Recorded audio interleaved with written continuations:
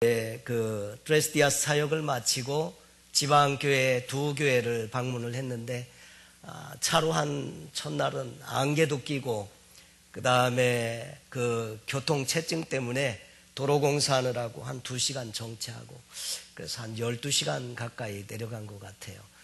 근데 참 힘든 여정이었지만 그래도 돌아보면 참 은혜가 되는 귀한 시간이었고요. 마지막 날은 그 교회에서 집회하고 그리고 키예브까지 올라오니까 밤 12시 정도 되더라고요. 밤 12시인데 또 사모님께서 또 염소탕을 끓여 놓으셔가지고 또 안 먹을 수 없어서 밤중에 그거 먹고 그 다음에 새벽 1시가 넘었는데 이제 새벽 4시에 공항에 이제 출발해야 되거든요. 가야 돼서 아침에 잠도 거의 못 자고 짐 챙기고 오게 되었는데 하여튼 돌아보니까 또 하나님께서 또 이 모양 저 모양으로 은혜를 많이 주셨고 또 여러분의 모든 기도와 또 여러분의 모든 성원에 진심으로 감사를 드립니다. 우리 하나님의 말씀 함께 나누기 전에 한번 기도하겠습니다. 좋으신 하나님 감사합니다. 오늘도 귀한 또 이렇게 예배의 자리에 불러주시고 우리 하나님을 만날 수 있는 귀한 은혜를 주심을 감사합니다. 오늘도 말씀을 통해서 만나주시고 오늘도 하나님의 음성 듣는 귀한 시간 되게 해 주옵소서. 함께 하심 감사하며 예수님의 이름으로 기도하옵나이다. 아멘.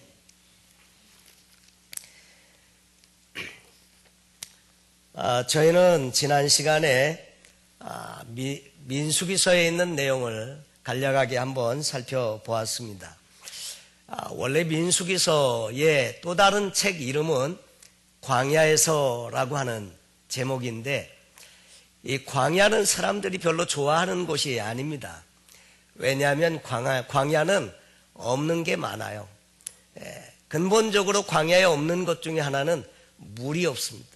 사람이 사는 데 있어서 가장 절실하게 필요한 사람뿐만이 아니라 동물도 식물도 필요한 것이 이 물이라고 하는 것인데 광야는 물이 없습니다. 두 번째로 먹을 양식이 없습니다. 이 광야에서 무엇을 먹고 살 수 있는 것 이것이 참 생존에 절대적으로 필요한데 먹을 게 없어요. 그리고 환경이 열악합니다. 낮에는 뜨거운 태양볕이 내리쬐고 밤에는 추위가 엄습하는 곳 그것이 광야입니다. 그래서 사람들은 이 광야를 별로 좋아하지 않습니다. 이 광야의 삶이라고 하는 것에 대해서 이스라엘 백성들은 참 생각할 때마다 시련과 연단과 환난을 생각하게 하는 장소 그것이 바로 광야라고 할 수 있습니다. 시편 1편에 보면 복 있는 사람은 이와 같으니 그러면서 한 말이 저는 시냇가에 심겨진 나무와 같다. 여러분 시냇가에 심겨진 나무 이것은 그 중동 사람들이 생각할 수 있는 가장 이상적인 환경 그것을 시냇가에 심겨진 나무라고 비유를 했지요. 그런데 이 광야는 시내가 없습니다. 그만큼 척박하고 고통스럽고 힘들고 어렵고 그런 곳이 광야인데 근데 오늘 성경을 통해서 보면 이 광야의 삶이 축복이라고 하는 것을 우리에게 말씀해 주십니다. 저는 오늘 신명기서에 있는 말씀을 통해서 민수기서를 조명해 보기를 원하는 것인데 이 신명기 이 8장에 있는 말씀을 통해서 주시는 메시지는 광야의 삶이 그렇게 사람들이 원하지 않고 싫어하고 고통스럽고 힘들어하는 이 광야가 어떻게 우리에게 축복의 장소인가 그런 질문을 해보게 됩니다. 우리의 삶도 광야라고 한다면 시련과 역경과 환난과 이런 것들을 우리가 생각해 볼 수 있는데 어떻게 이것이 우리의 인생에서 축복이 될 수 있는지 저는 몇 가지로 살펴보길 원합니다. 첫째로 광야의 삶이 축복인 이유는 우리는 광야에서 하나님을 만나기 때문에 그렇습니다. 광야에서 우리는 하나님을 경험합니다. 여러분 광야는 사람이 살 수 없는 곳이고 버려진 곳이고 아무것도 기대할 것이 없는 곳인데 그런데 그곳에서 하나님은 우리 인생들을 만나주신다고 하는 것입니다. 그래서 광야는 축복의 땅이고요 은총의 땅이 될 수 있다고 하는 것입니다. 성경에 보면 노아의 방주 이야기가 나오죠. 홍수가 내렸을 때 이 노아의 방주는 창문이 없어요. 밖을 내다볼 수가 없습니다. 무려 1년 이상 이 노아의 방주가 물 위에 떠 있었습니다. 그런데 무려 1년 동안이나 짐승들과 함께 방주에 갇혀서 살아야 했습니다. 그런데 이 방주는 홍수 중에 가장 안전한 장소였더라 하는 거죠. 여러분, 이 방주의 특징은 노가 없습니다. 그리고 돛이 없어요. 그리고 방향키도 없고 또 나침반도 없습니다. 방주는 그냥 바람 치는 대로, 물결 치는 대로 갈 수밖에 없는 그런 상자 모양을 하고 있는 그 나무 박스인 것입니다. 근데 여러분 생각해 보세요. 이 방주의 항해사가 하나님이시라고 한다면 거기보다 안전한 곳이 어디 있겠는가 하는 것이죠. 여러분, 광야도 마찬가지입니다. 광야는 아무것도 기대할 것이 없는 곳이지만 이 광야는 하나님이 계시고 하나님이 그들을 인도하시기 때문에 그들에게 가장 아름다운 장소가 될 수 있는 것입니다. 그 하나님은 성경을 통해서 보면 쓴 물을 단물로 변화시켜 주셨고 하늘에서 만나를 비같이 내려주셨고 반석에서 샘물을 나게 하신 하나님이십니다. 그리고 성막을 통해서 이스라엘 백성들을 만나주신 것, 길을 잃은 인생들에게 불기둥으로 구름기둥으로 인도해 주시는 그 하나님이 계셨던 곳, 그것이 바로 광야였다고 하는 것입니다. 여러분, 그래서 광야의 삶은 축복이고 광야의 삶은 아름다운 곳이 될 수 있습니다. 많은 분들이 이 광야에서 하나님을 만나고 하나님을 경험합니다. 여러분, 그 전에는 하나님께 관심이 없었습니다. 그런데 이 광야의 길로 가다 보니까 정말 바라볼 수밖에 없는 것이 하나님밖에 없기 때문에 그 광야의 삶에서 하나님을 만나고 인생이 변화되고 그 하나님을 통해서 놀라운 축복된 인생으로 살아가는 많은 사람들이 있는 것을 보게 됩니다. 여기 앉아 계신 분들 중에서도 만약에 광야가 없었다고 하면 오늘 이 자리에 안 계실 분도 혹시 계실지 모르겠습니다. 여러분, 그래서 이 광야는 힘든 곳이고 고통스러운 곳이고 연단의 장소이고 훈련의 장소이지만 그러나 이 광야가 아름다울 수 있는 그 이유는 바로 하나님을 만날 수 있기 때문에, 그 하나님을 경험할 수 있기 때문에 이 광야는 아름다운 곳이 될 수 있습니다. 여러분, 신앙생활의 가장 큰 비극은 고통스러운 환경의 문제가 아니라 그 환경 속에서 운행하고 계시는 하나님을 알지 못할 때, 이때가 가장 큰 비극이다 하는 거죠. 여러분, 성경을 보면 광야의 길을 걷게 하신 분이 하나님이십니다. 이스라엘 백성들 스스로 잘못을 행했거나 이래서 광야로 간 것이 아니라 그 광야로 가게 하신 분이 하나님이신 것을 성경은 우리에게 말씀해 주십니다. 우리가 사는 이 세상도 어떻게 보면 광야의 삶이라고 말씀드릴 수 있습니다. 이 광야라고 하는 곳은 하나님의 도우심이 없이는 하루도 살 수 없는 곳, 그것이 바로 광야라고 말씀을 하고 계십니다. 여러분, 그래서 우리가 광야가 이 축복이라고 하는 사실을 인정할 수 있을 때 우리는 하나님의 은혜를 경험할 수 있습니다. 여러분, 이 하나님께서는 광야에 기가 막힌 축복의 비밀들을 감춰 놓으시고요, 그것을 찾아가도록 그렇게 하십니다. 여러분, 물이 없을 때 하나님은 반석을 터치셔서 마시게 하시고, 먹을 양식이 없을 때 만나를 내려주셔서 그 많은 사람들로 좋게 먹고 살아갈 수 있게 하시는데 무려 40년이나 먹이십니다. 그리고 이 광야에서 아말렉군을 만났을 때, 피할 길도 없을 때, 그때는 하나님께서 중보기도의 놀라운 비밀을 가르쳐 주시고 하나님께서 친히 역사하셔서 아말렉군을 물리치게 하시기도 하십니다. 여러분, 이 광야에는 아무것도 없지만 하나님 그분이 계시기 때문에 여러분, 모든 것을 다 소유한 세상에서의 삶보다 오히려 하나님 한 분 모신 이 광야의 삶이 더 축복일 수 있다고 하는 것입니다. 여러분, 그들이 갈 바를 알지 못할 때 하나님께서는 구름기둥, 불기둥으로 인도하셨습니다. 우리가 사는 인생에서 우리가 어떻게 가야 할지, 어떻게 살아야 할지 알지 못할 때 하나님은 그때마다 우리에게 찾아오셔서 불기둥으로, 구름기둥으로 우리를 인도해 주십니다. 여러분, 소풍 가셔서 보물찾기 해보신 적 있으시잖아요. 보물찾기 할 때 얼마나 기쁩니까? 근데 하나님은 이 광야에 이 보물들을 숨겨 놓으셨다고 하는 거죠. 그것을 찾을 때마다 얼마나 흥분되고 얼마나 또 이렇게 기쁜지 모르지요. 여러분, 광야의 삶은 저주가 아니라 축복이다 하는 것입니다. 왜냐하면 그곳에서 하나님을 경험하기 때문에.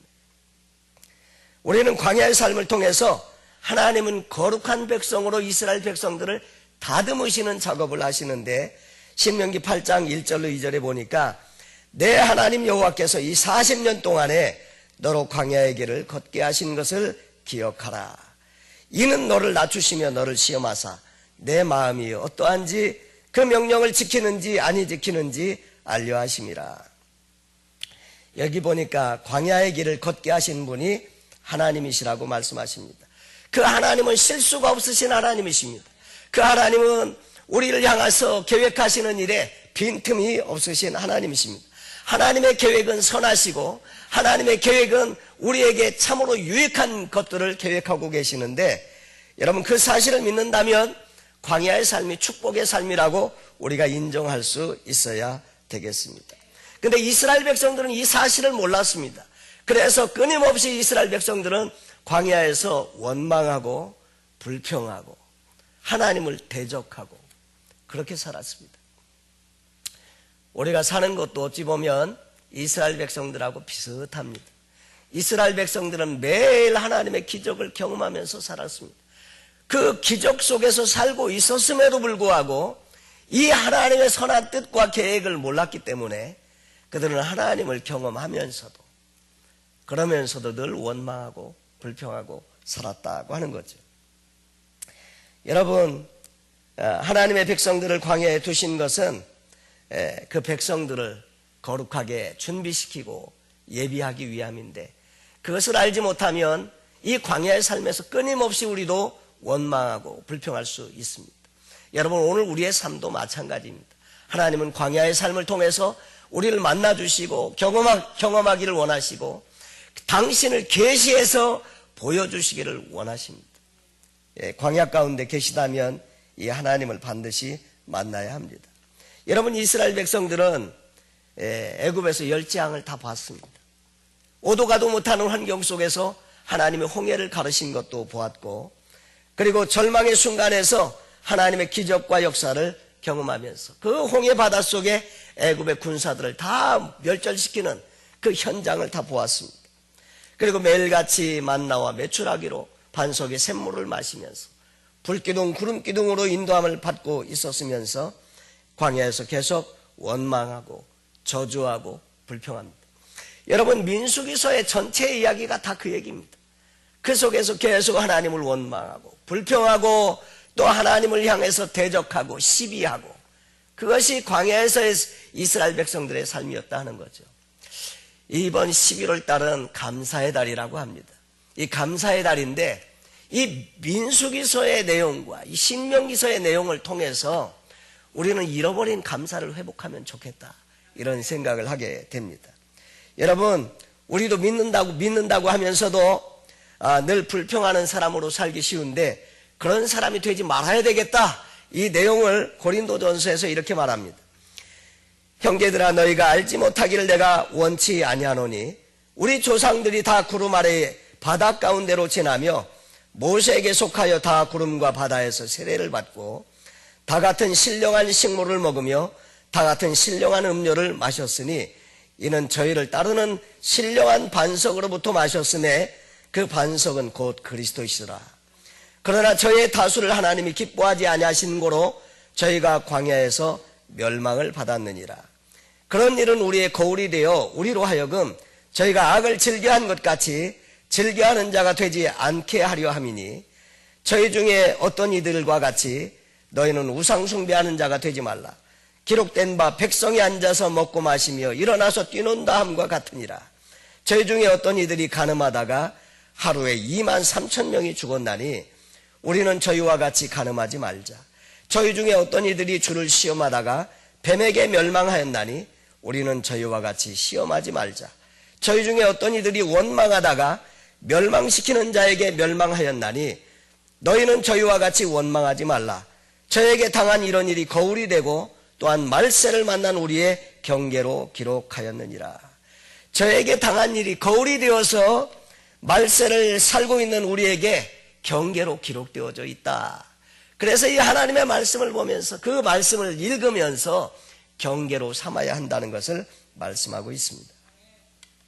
두 번째로 광야의 삶이 축복인 것은 광야는 양육을 위해서 예비된 곳이기 때문에 그렇습니다. 여러분, 광야라고 하는 것은 우리를 성숙하게 하고 또 성장하게 하기 위해서 준비된 하나님께서 특별히 고안하신 장소다 하는 것입니다. 여러분, 그래서 광야는 고통이고 부족함이고 제한받는 곳이고 안타까운 곳이지만은 이 광야는 우리를 변하게 하는 장소입니다.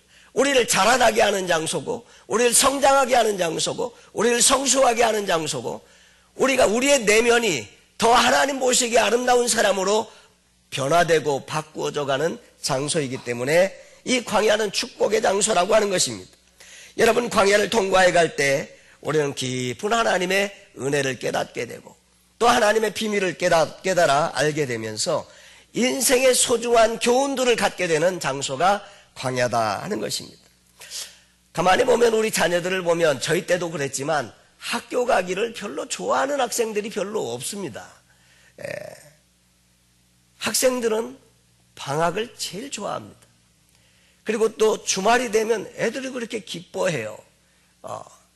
그런데도 부모님들은 자녀들을 학교를 보내기 위해서 안달입니다. 심지어 돈까지 들여가면서 억지로라도 해서 학교를 보냅니다. 왜 부모들은 가기 싫어하는 자녀들을 이렇게 억지로라도 학교에 보내는 것인가 생각해 보면 자녀들이 자라난 후에 이 세상에서 훌륭하게 자기의 역할을 감당하면서 잘 살아갈 수 있도록 준비시키는 그 일을 부모는 해주기를 원하기 때문입니다. 그래서 아이들이 싫어하는데도 불구하고 그 학교를 그렇게 열심으로 보내는 것이 부모의 마음이라고 할 수 있는 것입니다. 하나님도 마찬가지십니다. 하나님도 우리를 광야의 학교에 들어가길 싫어하는 우리를 억지로 광야의 학교에 들어가도록 하시는 이유는 우리가 싫어하는 것을 아시면서도 우리를 훈련하시고 연단하시고 성숙한 신앙의 사람으로 준비해서 정말 하나님께서 기뻐하시는 거룩한 하나님 나라의 백성으로 살아가도록 하기 위해서 하나님은 그렇게 광야의 학교에 보내시길 원하시는 것입니다. 여러분, 그래서 하나님께서 원하시는 성품과 인격의 사람으로 바꾸시고 또 그렇게 하나님 기뻐하시는 거룩한 백성으로 준비시키는 곳이 광야라고 하는 것이죠. 이 광야 학교에서 하나님은 어떻게 우리를 훈련하시는가 보면 첫째로 우리를 낮추십니다. 신명기 8장 2절에 내 하나님 여호와께서 이 40년 동안에 너로 광야의 길을 걷게 하신 것을 기억하라. 이는 너를 낮추시며 그랬습니다. 여러분, 사람들은 스스로 낮아지기를 원치 않습니다. 그래서 하나님은 광야의 학교에 보내셔서 우리를 낮추십니다. 그래서 하나님 앞에 겸손한 사람이 되게 하시는 것입니다. 마귀의 특별한 성품이 있는데 그것은 교만이라고 하는 것입니다. 사람에게 있어서 가장 심각한 문제는 이 교만입니다. 여러분, 교만한 사람은 어떻게 해볼 도리가 없는 것이, 왜냐하면 교만한 사람은 배우려고 하지 않습니다. 그런데 하나님은 우리를 광야의 학교에 부딪혀서 내 인생의 한계를 깨닫게 되면 비로소 겸손하게 되고 거기에서 우리는 하나님의 레슨을 받게 되는 것입니다. 그래서 낮추시는 것입니다. 낮추신다는 말은 겸손하게 만든다는 뜻입니다. 사람이 어떨 때 겸손해집니까? 자기 한계에 부딪히면 겸손해집니다. 자기보다 높은 수준에 도달하게 되면 자기 한계에 부딪히니까 그때는 겸손해지는 거예요. 자기보다 고수를 만나면 사람들은 겸손해지잖아요. 그러니까 광야라고 하는 곳에 막상 가보니까 내 힘으로 할 수 있는 게 아무것도 없는 겁니다. 농사를 지을 수 있습니까? 짐승을 키울 수가 있습니까? 먹을 양식이 있습니까? 아니면 마실 물이 있습니까? 아무것도 없습니다. 그러니까 그 속에서 절대적으로 바라보아야 할 분이 누구냐? 하나님밖에 없다는 거죠. 그러니까 겸손해지게 되는 것입니다. 거기에서 그래서 낮추시면서 우리를 겸손하게 만드십니다. 사람들은 낮아지지 않습니다. 그런데 보면, 경험적으로 보면 어떤 때 낮아지냐, 정말로 내 힘으로 할 수 없는 막다른 한계에 부딪히면 어쩔 수 없이 낮아지는 것입니다. 그렇게 해서 하나님은 하나님 없이 내 힘으로 살려고 하는 우리의 교만을 꺾으시고 겸손한 사람으로 준비시켜 주시는 것입니다. 두 번째로, 하나님은 우리를 시험하십니다. 시험하시면서 우리를 훈련하십니다. 이스라엘 백성들이 하나님의 말씀에 순종하는지 안 하는지 이것을 가지고 우리를 시험하십니다. 내 하나님 여호와께서 이 40년 동안에 너로 광야의 길을 걷게 하신 것을 기억하라. 이는 너를 낮추시며 너를 시험하사 내 마음이 어떠한지 그 명령을 지키는지 아니 지키는지 알려하심이라. 언제 사람의 그 신앙이 드러납니까? 여러분, 보통 때는 잘 모릅니다. 그러나 환난이 부딪히면, 문제가 오면, 시험이 오면 그때 자기의 그 가지고 있는 신앙이 그때 비로소 드러나게 되는데, 그런 광야의 삶에 집어넣으셔서 그 속에서도 하나님의 말씀으로 살려고 하는지 그것을 보시기를 원하신다고 하는 것입니다. 여러분, 환경이 어려울 때, 힘들 때, 고통스러울 때, 그때도 우리가 이 시험에 합격하려면 하나님의 말씀으로 살려고 애를 써야 한다고 하는 거죠. 여러분, 모세는 애굽에서 왕자의 교육을 받고 자라났습니다. 애굽의 수학과 지리학과 그 다음에 철학과 문학을 받았고 그렇게 왕자처럼 살았는데 나중에 도망쳐서 광야에 나왔을 때는 정말로 아무것도 없었습니다. 알아주는 사람이 없습니다. 자기가 왕자였던 거, 그렇게 훌륭한 그런 교육을 받았던 거 아무도 알아주지 않습니다. 광야에서 그냥 양떼나 치면서, 자기 양도 아닙니다, 장인 이드로의 양이나 치면서 그렇게 살고 있을 때 그 철저하게 낮아지고 그 다음에 거기서 하나님 말씀으로 사는 그런 훈련의 기간들을 갖게 되므로 결국 그가 정말 하나님 앞에 온전히 순종하는 그런 사람이 되게 됩니다. 풀 한 폭이 자라지 않는 광야에서 그는 철저하게 낮아졌습니다. 여러분, 광야는 철저하게 하나님만 바라볼 수밖에 없는 곳, 그것이 광야입니다. 먹을 것 없고 마실 물 없고 낮에는 뜨거운 태양, 밤에는 추위, 그런 상황에서 할 수 있는 것은 아무것도 없습니다. 여러분, 그런 순간이 있으셨습니까? 예, 저에게도 광야가 있었습니다. 이 광야의 삶을 지나면서 많은 잠 못 이루는 밤들이 있었습니다. 그런데 그런 과정들을 통해서 결국 하나님 앞에 순종하고 말씀으로 살려고 하고, 오늘 그나마 제가 이렇게 있는 것은 그런 광야의 삶을 통해서 그 하나님을 경험하고 낮추시고 그리고 하나님께서 정말 말씀을 순종하고 살아갈 수밖에 없는 그런 사람으로 자꾸 빚어가신 광야가 있었기 때문이 아닌가, 이런 생각을 하게 됩니다.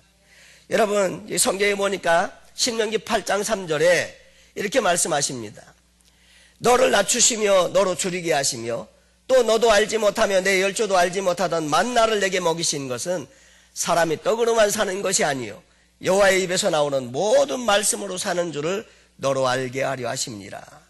여러분, 떡으로만 산다고 하는 것은 자기 방법, 자기 의지대로 세상 것 가지고 하나님 없이 사는 것, 그것을 떡으로만 사는 것이라고 표현을 해주고 있습니다. 다시 말해서 하나님 없이 세상 것 가지고 살려고 하는 사람, 이 사람이 떡으로만 사는 사람입니다. 그런데 하나님은 떡이 필요 없다고 말씀하시지 않으셨습니다. 떡도 필요합니다. 그러나 중요한 것은 사람이 떡으로만 사는 것이 아니라는 거예요. 여호와의 입으로 나오는 모든 말씀으로 사느니라. 이거 가르쳐 주시기 위해서 광야의 훈련의 삶이 그들에게 있었다고 하는 것입니다. 그리고 하나님께서 바로 하나님의 말씀으로 살려고 할 때 광야의 그 200만 명이나 되는 사람에게 광야의 식탁을 예비하시는 분이시고요, 마실 물을 예비하시는 분이십니다. 여러분, 의복이 헤어지지 아니하고 발이 부르지 아니하였다, 그렇게 말씀하고 있습니다. 여러분, 정말 기가 막힌 이야기입니다. 40년을 사는데 이 의복이 헤어지질 않았어요. 신발이 닳지를 않았어요. 발이 부르트지를 않았어요. 하나님은 그렇게 하시면서 철저하게 훈련하고 교육하기를 원했던 것, 그것이 뭡니까? 떡으로 사는 게 아니라는 거예요. 하나님 말씀으로 사는 거예요.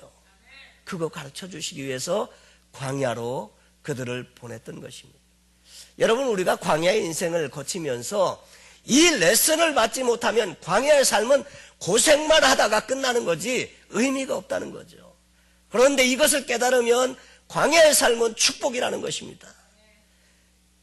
정말 하나님께서 그 말씀으로 사는 법, 이것을 가르쳐 주시는 장소, 그것이 이 광야였다고 하는 거죠. 근데 많은 사람들의 문제는 이 하나님을 모른다는 거예요.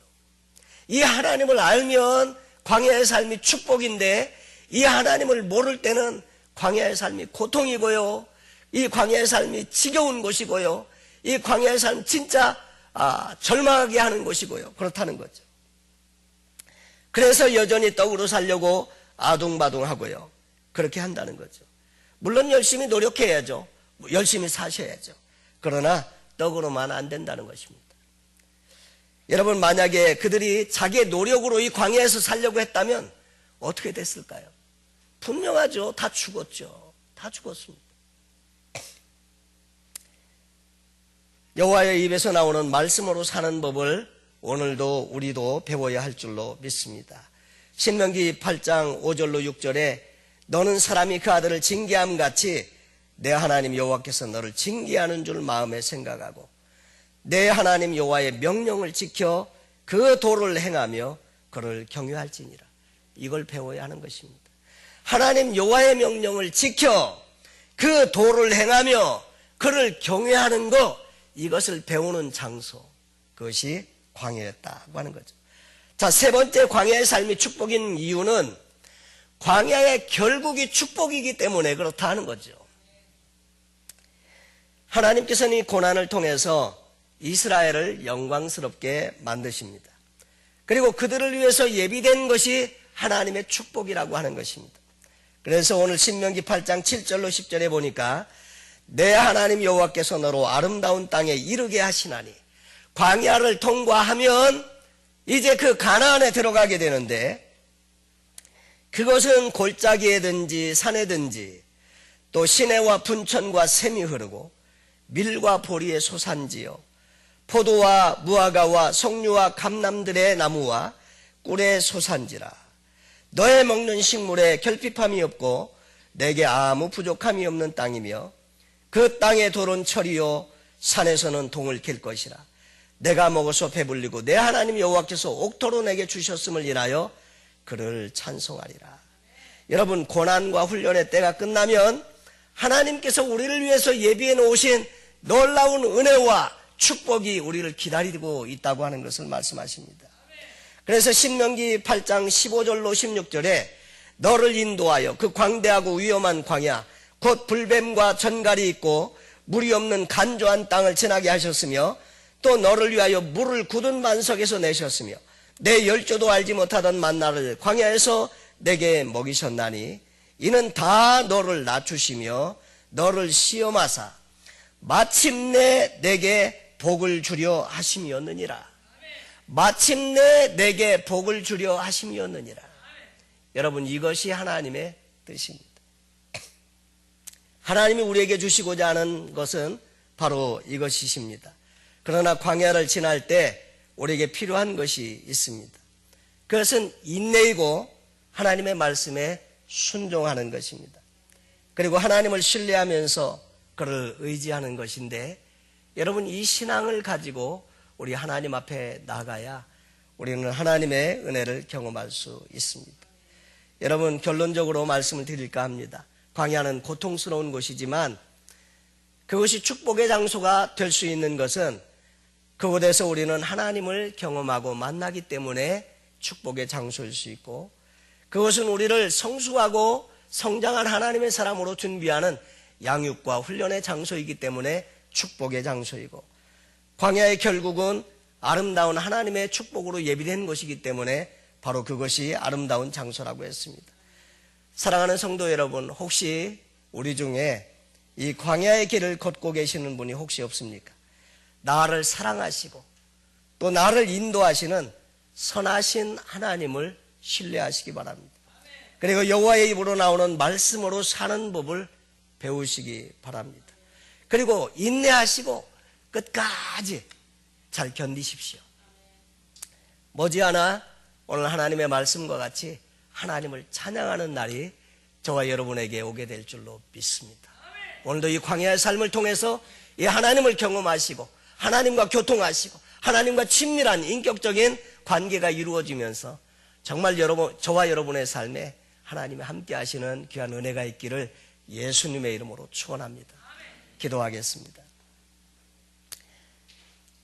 하나님 아버지, 우리가 광야의 삶을 갈지라도 우리가 그것을 오히려 하나님 앞에 기뻐하고 감사하면서 나갈 수 있는 이유는 하나님이 그곳에서 우리를 또 지키시고 인도하시고 훈련하시고 양육하셔서 결국 하나님 앞에 기쁨이 되는 그런 영광으로 세우시기를 원하심인 줄을 깨닫기 때문입니다. 오늘도 그 하나님의 은혜가 우리에게 있기를 원합니다. 오늘도 만나를 내려주시고 반석의 샘물로 마시우게 하시며 우리 하나님, 우리의 입에서 불평의 말과 원망의 말을 제하시고 늘 하나님께 대한 감사만 넘쳐나게 하여 주옵소서. 오늘도 함께 하심 감사하며 예수님의 이름으로 기도하옵나이다. 아멘.